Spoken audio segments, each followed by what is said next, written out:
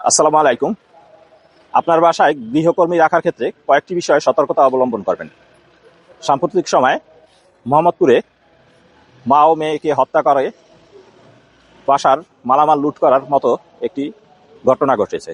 এ ধরনের ঘটনা যাতে আর না ঘটে সেজন্য আমাদেরকে সতর্ক থাকতে হবে।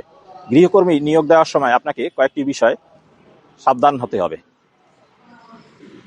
গৃহকর্মীর স্থায়ী ও অস্থায়ী ঠিকানা আপনি নিয়ে ভালোভাবে যাচাই করে নেবেন। প্রয়োজন বোধে আপনি দুই একজন স্থানীয় লোকের ঠিকানা নিয়ে তাদের সাথে যোগাযোগ করে গৃহকর্মীর ঠিকানা সম্পর্কে নিশ্চিত হবেন।